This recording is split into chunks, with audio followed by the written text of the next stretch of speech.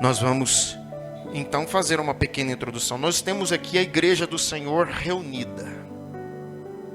Em Atos do capítulo 2, no versículo 37, nós temos aqui um dos maiores sermões da história. Diferente deste humilde pregador que vos fala, eu não estou preocupado aqui com minha performance. Eu não estou preocupado se o que eu vou te falar vai te agradar ou não. Eu sou um humilde pregador do Evangelho e eu quero pregar o Evangelho. Ainda que não seja eloquente, mas o que eu vou falar para você são verdades.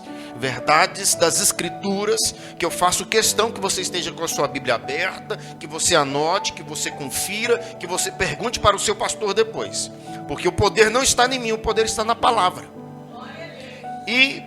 Mas diferente de mim, no versículo 37, tinha acabado de acontecer um dos maiores sermões da história. Quem tinha acabado de pregar a Pedro. Pedro pregou, e para você ter uma ideia, depois dessa pregação, 3.000 pessoas se converteram. 3.000 pessoas renderam as suas vidas aos pés do Senhor.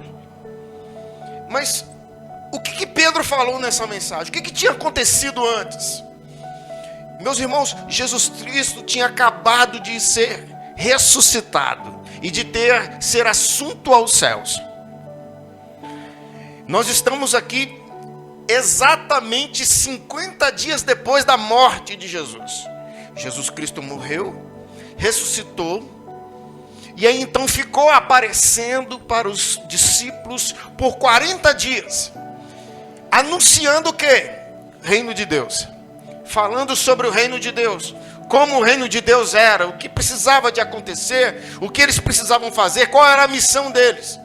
E depois desses 40 dias de mensagem sobre o reino de Deus, está no capítulo 1 aí, Jesus Cristo diz assim: olha, agora vocês aguardem. Atos 1:8, mas recebereis poder quando descer sobre vós o Espírito Santo de Deus, e vocês serão minhas testemunhas, tanto em Jerusalém, Judeia, Samaria e até os confins da terra. Então, depois desses 40 dias, os discípulos ficam por mais 10 dias em oração, até que se completa o dia de Pentecostes. Veja no início do capítulo 2, no versículo 1, e tendo chegado o dia de Pentecostes, eles estavam todos concordemente em um só lugar, fazendo o quê? Orando, esperando o batismo com o Espírito Santo. E então, línguas como que de fogo, um vento impetuoso invade o local em que aqueles 120 irmãos estavam reunidos. E então línguas como que de fogo são repartidas entre eles. E aqueles homens começam a falar em outras línguas. Mas, de repente, era uma língua diferente do que você está acostumado. Eles começam a falar em outros idiomas. E eles falam das maravilhas de Deus. E então, junto com aquelas línguas, junto com aquele vento impetuoso, um grande barulho se fez. Jerusalém, naquela época, estava cheia. A população de Jerusalém, naquela época, podia chegar a mais de 200.000 pessoas. Pessoas que foram peregrinando para cultuar a Deus na festa de Pentecostes. E então aquela multidão vinha de judeus reunidos de toda parte do mundo. Pessoas que pertenciam à religião de Israel, que eram judeus, praticantes do judaísmo, mas que viviam em outros países, mas que separavam uma vez por ano para ir ao templo, para sacrificar ao Senhor. Mas esses homens, eles eram estrangeiros, haviam nascido em outra pátria, tinham outras línguas. E de repente esse povo se junta para ver o que estava para acontecer, para ver que barulho era esse, o que estava acontecendo, que vento era esse, que estrondo era esse. E quando eles se juntam, eles começam a ver estes homens falando as maravilhas de Deus, todos ao mesmo tempo. E aí então, como que por um milagre, sem microfone, sem caixa de som, sem nada, as pessoas começam a ouvir em suas línguas maternas as maravilhas de Deus. E eles ficam assustados com aquilo que eles escutavam e reconheciam: quem são esses homens? Eu não conheço esses homens. Eu vim de Roma adorar aqui, mas eu não conheço. Eu conheço todo mundo que veio de Roma na caravana e esses homens não estavam aí. Mas eu estou escutando eles falarem em italiano nitidamente. Como pode ser isso? E assim, todas as nacionalidades, as pessoas se perguntavam: o que está acontecendo? E eles ficaram atemorizados. O negócio não era simplesmente o que eu estou te explicando aqui, para você faça um esforço para entender, que era um movimento sobrenatural. E aí então alguns começaram a se perguntar: não é possível, eles estão bêbados. Que cachaça é essa? Que álcool é esse que esse povo tomou? E alguns: não pode ser. Olha, escute o que eles estão falando. Olha, escute, isso é maravilha de Deus, não tem como. E então, ajuntada essa multidão, Pedro toma a voz e começa a dizer assim: varões galileus, não pense que estamos embriagados, são apenas 9 horas da manhã. O que está acontecendo aqui é o cumprimento de uma promessa, a promessa do profeta Joel, de que o Espírito Santo seria derramado sobre toda a carne. E isso está acontecendo agora justamente porque vocês crucificaram Jesus Cristo Senhor, Jesus Cristo Messias prometido, que vocês duvidaram, vocês perseguiram, mas ele não parou na cruz, a cruz não o deteve, ele ressuscitou. E mais uma prova de que ele ressuscitou são essas maravilhas, são essas línguas que vocês estão ouvindo aqui. E Pedro então começou a anunciá-los a partir das profecias de Davi, a partir das profecias de Joel, que Jesus Cristo era o Senhor e que eles deviam se arrepender. Terminado esse sermão, nós estamos então aqui no versículo 37. Ora, ouvindo isso, compungiram-se em seu coração e disseram a Pedro e aos demais apóstolos: homens e irmãos, o que faremos? O que faremos? Diante dessas acusações, diante disso que fizemos com Jesus Cristo, diante disso que você acabou de nos pregar, diante dessas línguas, desse som, desse movimento sobrenatural que nós não podemos deixar de reconhecer, o que faremos? Eles estavam intrigados, a sua alma estava inquieta, eles estavam angustiados, alguma coisa precisava mudar. É isso que significa compungiram-se.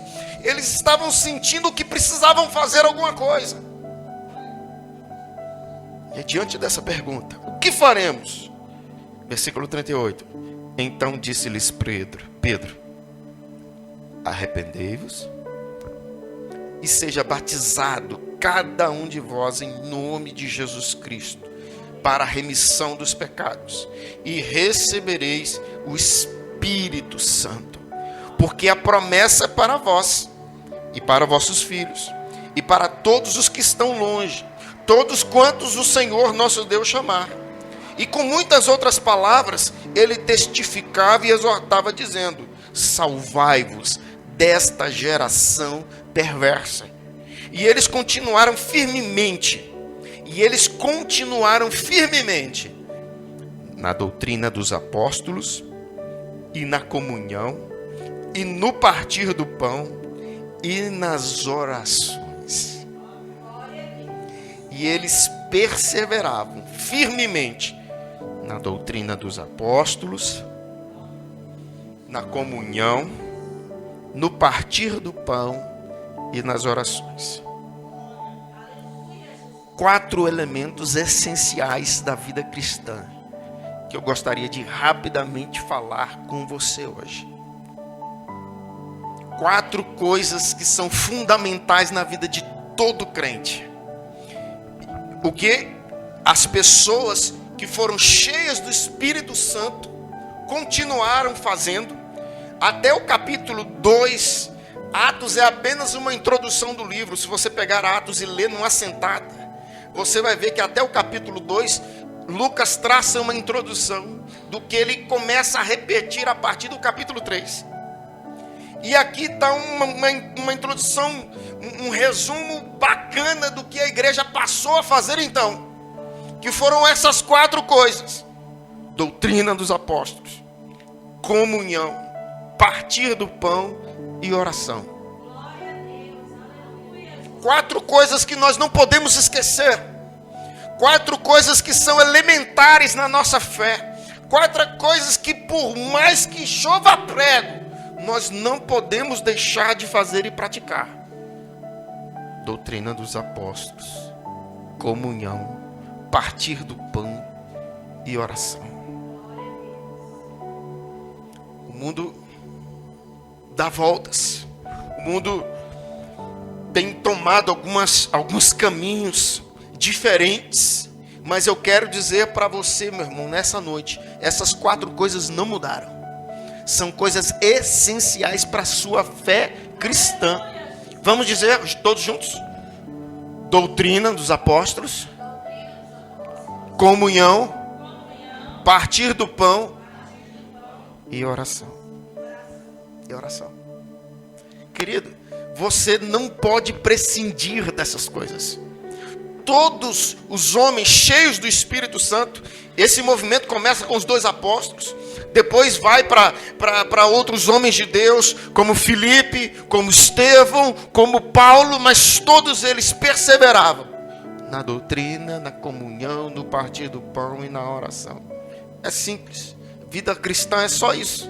Não precisa fazer seminário teológico, não precisa inventar novidades, uma nova moda, um novo mover do Espírito Santo, um novo vento, o último mover do Espírito Santo. Não.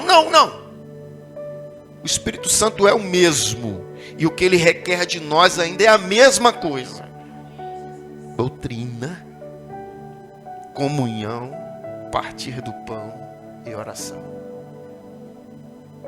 Não mudou. Se você continuar lendo o livro de Paulo, o livro de Atos, o que eu quero instigar você a fazer aqui, você vai perceber que isso é uma verdade muito nítida, muito límpida nas Escrituras.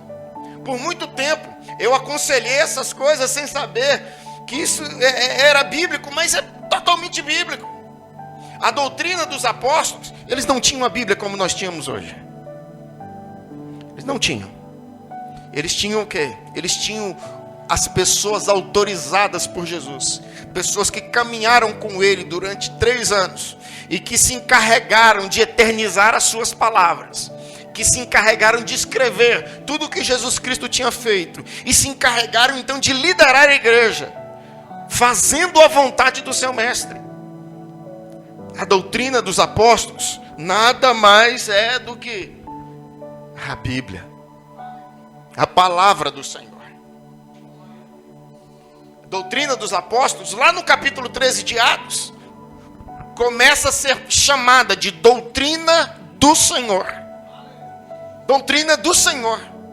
Hoje, passado a obra dos 12 apóstolos, hoje que temos os seus escritos, eu digo para você, a doutrina é a palavra, é a Bíblia. É a Bíblia. E nada mudou. No Antigo Testamento já era assim. Já era vontade do Senhor que você prevalecesse, que você permanecesse como eles permaneceram aqui. No versículo que nós lemos aqui, no último versículo, versículo 42, e continuaram firmes na doutrina. Não é de hoje. Não é de hoje que Deus nos manda perseverar na doutrina. Logo que tivemos escritos, logo que Moisés subiu ao monte ao sair do Egito e voltou com os 10 mandamentos, isso então virou mandamento. Quando Moisés vai passar o bastão para Josué, ele diz lá em Josué no capítulo 1, no versículo 8, olha Josué, relembre continuamente deste livro, medita nele dia e noite, para ter certeza de cumprir tudo que nele está escrito. E digo mais, se você meditar nele de dia e de noite, e fizer tudo que nele está escrito, então você prosperará e terá sucesso em tudo que você fizer. Lembra? Josué 1,8, lê na sua Bíblia aí. Se não está gravado, se não está marcado, você aproveita e marca. Medite nele dia e noite para fazer cumprir tudo que nele está escrito. E então você vai prosperar. Então você vai ser bem sucedido em tudo que você fizer. E aí a palavra de Deus segue. Salmo 1. Bem-aventurado aquele que não anda no conselho dos ímpios, nem se detém no caminho dos pecadores, nem se assenta na roda dos escarnecedores. Antes, tem o seu prazer na lei do Senhor, e na sua lei medita de dia e de noite. Quem medita de dia e de noite, o texto prossegue dizendo, será como? Será como árvore plantada não no meio do deserto, mas plantada ao lado de um rio. E árvore plantada do lado do rio, a sua folhagem nunca cai, porque tem água no subsolo. Pelo contrário, ela sempre dá fruto. Na estação própria, não tem jeito, vai dar fruto. As suas folhas não vão cair. Ela pode balançar, mas não vai cair. Ela continua de pé, porque ela está junto a ribeiro de águas correntes. Antes tem o seu prazer na lei do Senhor, e na sua lei medita de noite, de dia e de noite. Será como árvore plantada junto a ribeiro, cuja folhagem não cai, e que dá o seu fruto na estação própria. Lembra? Salmo 1. E aí a palavra de Deus segue dizendo, por vários e vários versículos. Eu vou enxugar aqui porque nós não temos tempo, mas Paulo fala para Timóteo, lá em 2 Timóteo, no capítulo 3, Timóteo, permanece naquilo que você aprendeu, permanece naquilo que sua mãe te ensinou, naquilo que desde a infância sabes as sagradas letras, estas sagradas letras que podem tornar-te sábio para a salvação em Cristo Jesus. E aí o versículo 16 diz assim, toda a escritura é inspirada por Deus, útil para ensino, para repreensão, para correção e para educação na justiça. Doutrina, a palavra do Senhor. Nós precisamos perseverar na doutrina. Salmo 119, versículo 9 a 11. De que maneira poderá o jovem purificar o seu caminho? Observando segundo a tua palavra. De todo o coração te busquei, não me deixes fugir dos teus mandamentos. Guardei a tua palavra no meu coração para não pecar contra ti. Palavra, Bíblia, não pode faltar em nós. Não pode faltar. Depois da Bíblia, comunhão. Comunhão. O que é a comunhão, pastor? Isso que nós estamos fazendo hoje aqui. Reunidos, unânimes, em torno da palavra de Deus, em o nome de Jesus. E Ele está presente aqui, porque tem 2 ou 3 reunidos em o nome dEle. Isso aqui é comunhão. Não é online não, viu, querido? Não é lá na sua casa não. Lá na sua casa você pode até ver online, mas é para complementar. Você tem que ter comunhão aqui com os irmãos. Você tem que comungar, compartilhar as alegrias, compartilhar as tristezas. Tem um pastor chato para te perturbar, para te orientar, para te mostrar o caminho. Ou um pastor legal, como o pastor Abimaías. Não é pastor chato, sou eu. Mas a comunhão é necessária. Leia o livro de Atos, você vai ver, aqueles que foram cheios do Espírito Santo, eles continuaram na comunhão. Eles estavam sempre juntos. Atos capítulo 5. E todos os dias no templo, de casa em casa, não cessavam de ensinar e de pregar Jesus, o Cristo. Lá no capítulo 10, Paulo é enviado então à casa de Cornélio. E quando ele chega na casa de Cornélio, tinha gente reunida em comunhão, esperando para ouvir a palavra do Senhor. Lá em Atos, no capítulo 12, os homens estavam então considerando a situação e resolveram ir à casa de Maria. Casa de Maria, mãe de João, que é chamado de Marcos. E lá muitas pessoas estavam congregadas, reunidas, em comunhão, e oravam. comunhão e oração.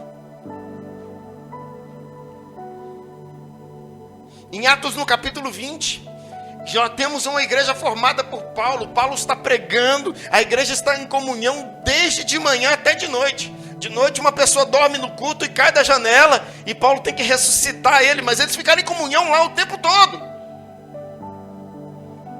Era o primeiro dia da semana, como é hoje, o primeiro dia da semana. Eles estavam em comunhão. O texto diz no versículo 7 que eles repartiram o pão, e Paulo estava trazendo a doutrina dos apóstolos, a Bíblia.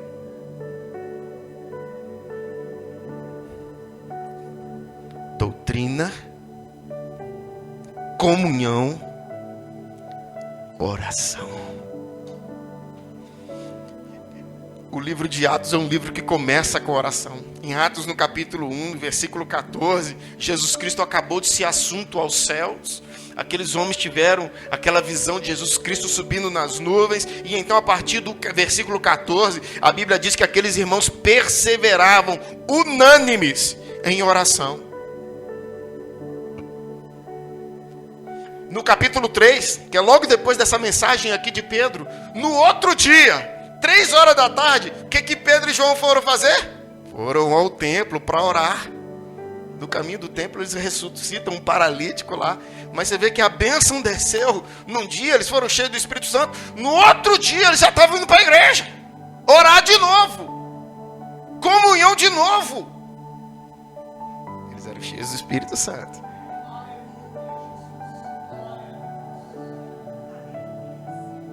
No capítulo 4, lá nos últimos versículos, no versículo 31, você vai ver que a igreja estava fazendo o quê? Comunhão, doutrina dos apóstolos e oração. E tendo eles orado, tremeu o lugar onde estavam reunidos e todos ficaram cheios do Espírito Santo. Se você ler aí nos 6 primeiros capítulos depois, você vai ver que esse povo que muito orava, era um povo que também sabia fazer, sabe o que mais? Partir o pão. Partir o pão. Você não gosta não? Mas era dízimo e oferta. Partir o pão é dízimo e oferta. Os dízimos são usados para sustentar a obra de Deus, a casa de Deus e o povo de Deus. Aquele povo tinha tudo em comum. Ninguém passava fome no meio deles, porque eles partiam o pão. Aquele povo cheio do Espírito Santo se aplicava a partir o pão, a dividir, a repartir o que tinham com amor. Eles não estavam preocupados em ajuntar tesouros aqui nessa terra. Eles estavam preocupados em ajuntar tesouros no céu. O seu Deus não era Mamon. O Deus deles era Jesus Cristo, Filho de Deus ressuscitado. Querido, eu quero dizer para você nessa noite que nada mudou. Nada mudou. O Evangelho é simples. Você quer ser abençoado? 4 coisas você precisa: Bíblia, comunhão, partir do pão e oração. Você quer uma receita de bolo? A receita é essa: Bíblia, comunhão, partir do pão e oração. É por isso. Eu já dei essa receita várias vezes na minha vida. Por muitas vezes eu não sabia que era tão bíblica. Mas as pessoas cheias do Espírito Santo, é o que eles fazem.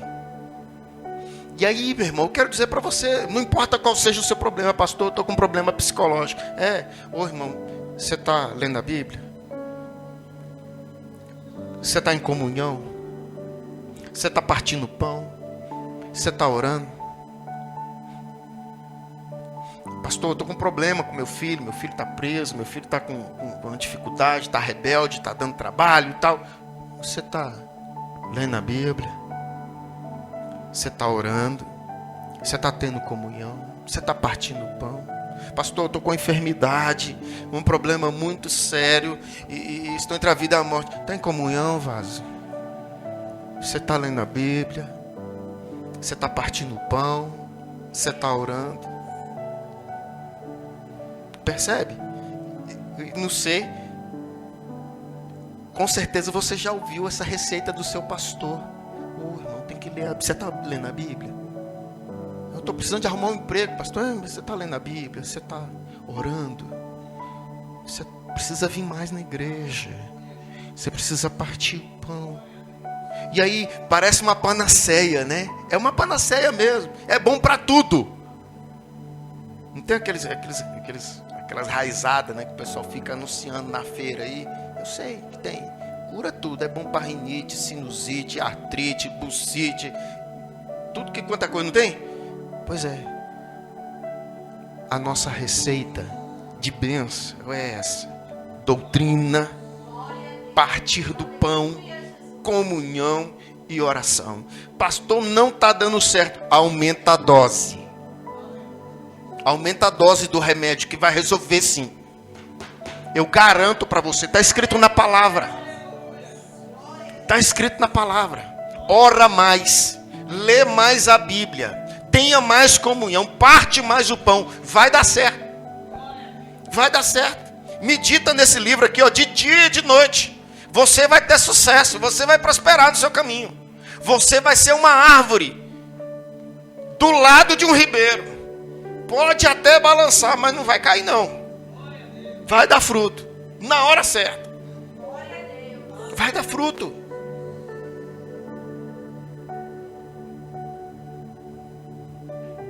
Doutrina, comunhão, partir do pão e oração. Faça essas coisas. Deus vai te abençoar. É isso que nós precisamos hoje, irmãos. São isso que as pessoas cheias do Espírito Santo faziam. Faça chuva ou faça sol. Haja o que houver. Aconteça o que acontecer. Amém? Você entendeu? Que Deus abençoe você então, querido. Essa é a palavra do Senhor. Convido você a ler o livro de Atos. E ver que essa é uma tônica. Esse é um óculos que você pode ler o livro de Atos. Põe esse óculos e você vai ver os irmãos cheios do Espírito Santo, em comunhão, doutrina, partir do pão e oração. É isso que Deus quer de nós. É isso que Deus quer de nós. E hoje o Senhor me fez de lembrar lá de Apocalipse, capítulo 2. Só para encerrar. Apocalipse, capítulo 2. Eu sei de qual, estou abrindo para você abrir também, marcar na sua Bíblia aí. Versículo 4. Todavia eu tenho algo contra ti, porque deixastes o teu primeiro amor. Todavia eu tenho algo contra ti. A igreja de Éfeso. Deus está falando. Porque deixastes o teu primeiro amor. Lembra-te, portanto, de onde caíste, e arrepende-te, e fazes as primeiras obras. Senão eu virei a ti rapidamente, e removerei o teu candelabro do seu lugar, se não te arrependeres. Pastor, o que é voltar ao primeiro amor? O que é deixar o primeiro amor? O versículo 5 ainda dá a dica, né? Lembra-te, portanto, de onde caíste, arrepende, e fazes as primeiras coisas. Voltar ao primeiro amor é voltar às primeiras coisas. O que são as primeiras coisas? Doutrina, comunhão, partir do pão e oração. Vamos voltar ao primeiro amor. Amém? Vamos voltar ao primeiro amor. Que o Senhor abençoe você.